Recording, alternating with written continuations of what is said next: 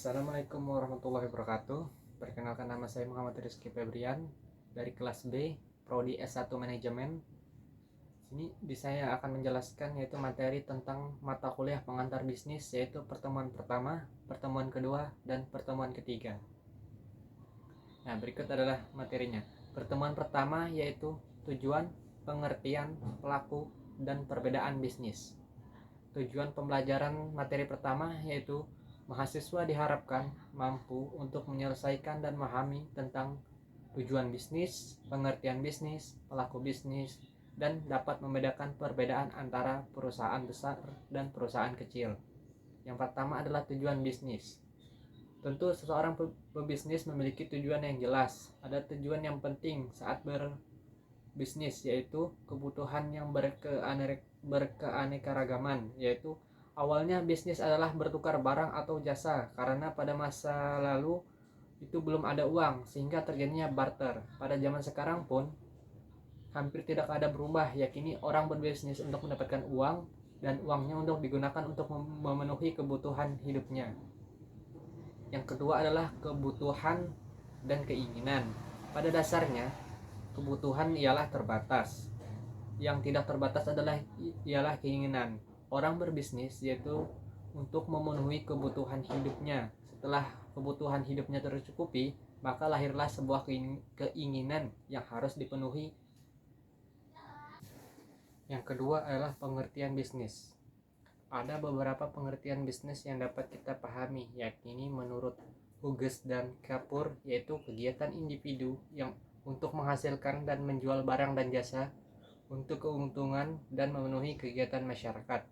Yang kedua menurut Brown dan Frella, lembaga yang menghasilkan barang dan jasa yang dibutuhkan oleh masyarakat. Yang ketiga Bone dan Court, yaitu aktivitas yang bertujuan mencapai laba dan perusahaan menghasilkan barang dan jasa yang dibutuhkan oleh sebuah sistem ekonomi. Yang ketiga adalah pelaku bisnis. Menurut Jack Madura, ada 5 pemegang kepentingan dalam berbisnis, yaitu berbisnis atau berusaha. Yang pertama adalah pemilik atau owners. Yang kedua adalah kreditur. Yang ketiga adalah karyawan. Yang keempat adalah pemasok.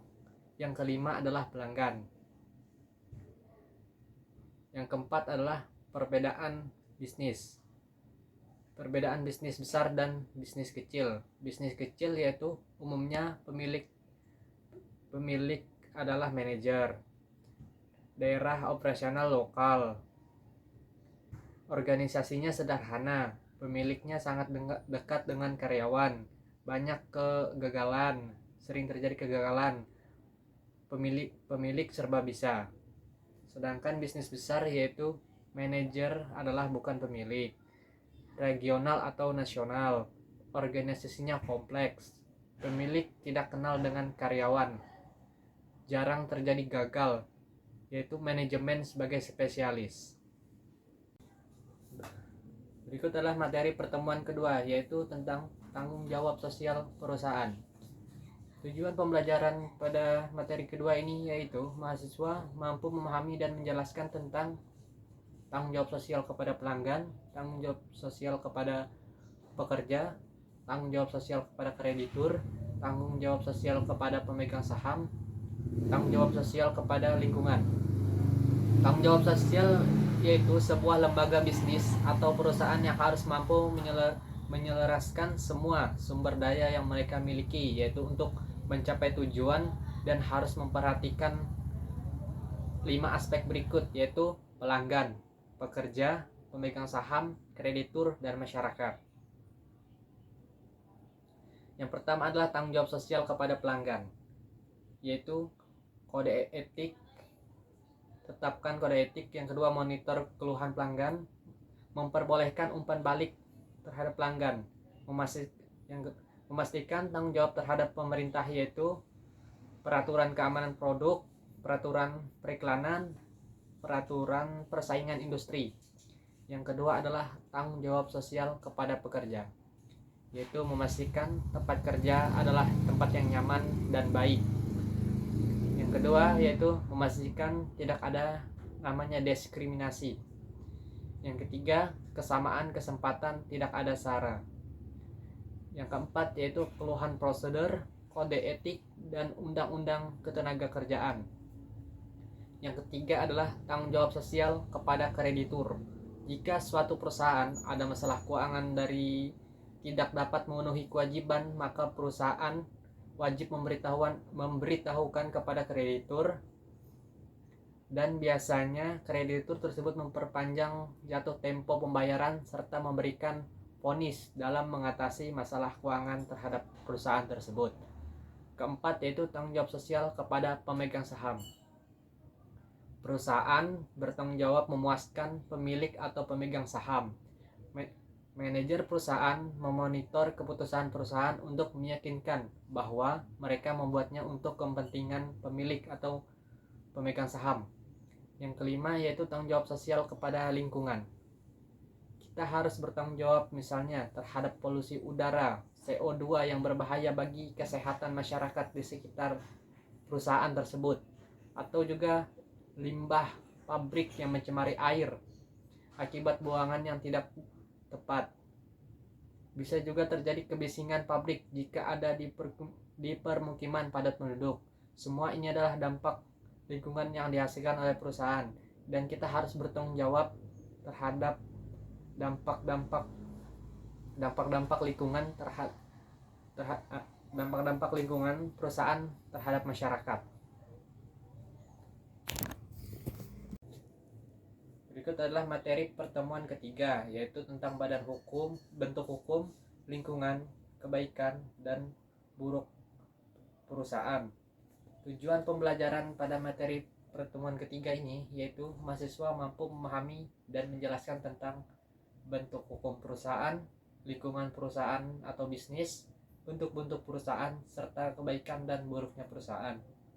Yang pertama adalah badan usaha yang berbadan hukum dan yang bukan hukum. Badan usaha yang berbadan hukum, subjek hukumnya adalah badan usaha itu sendiri. Harta kekayaan perusahaan terpisah dari harta kekayaan pribadi para pengurus atau anggotanya. Badan usaha yang bukan berbadan hukum, subjek hukumnya adalah orang-orang yang menjadi pengurusnya. Harta perusahaan bersatu dengan harta pribadi para pengurusnya. Yang kedua adalah lingkungan perusahaan atau bisnis. Ada beberapa lingkungan perusahaan atau bisnis yang perlu diperhatikan, yaitu lingkungan teknologi. Kedua, lingkungan hukum dan politik. Yang ketiga, lingkungan sosial budaya. Yang keempat, lingkungan bisnis.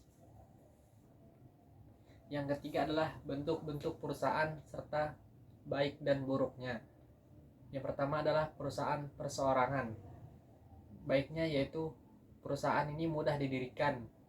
Modal untuk memulai usahanya tidak besar atau kecil. Pengelolaannya sangat fleksibel dan bebas. Kerahasiaan usaha ini terjamin. Kelemahannya dan buruknya, pertanggungjawaban tidak terbatas karena manajer pemilik usaha yaitu sebagai manajer. Modalnya terbatas. Kualitas manajer atau kualitas pekerjanya terbatas. Kelangsungan operasional perusahaan biasanya terbatas. Yang kedua adalah perusahaan perkongsian. Kebaikannya yaitu biasanya lebih banyak modal yang dapat dikumpulkan, lebih banyak keahlian pekerja yang diperoleh. Biasa umur usahanya lebih panjang. Kelemahannya itu biasa terjadi pada masalah tanggung jawab yang tidak terbatas. Yang berikutnya adalah perusahaan perseroan terbatas. Kebaikannya yaitu tanggung jawabnya terbatas. Saham perusahaan mudah ditunaikan. Pengelolaan lebih profesional. Buruknya yaitu pendirinya lebih kompleks. Biasanya terjadi 2 kali pembayaran pajak. Peraturan yang harus dipenuhi biasanya sangat banyak. Biasanya sukar untuk merahasiakan suatu rahasia perusahaan. Itu dapat mengurangi motivasi para pekerja.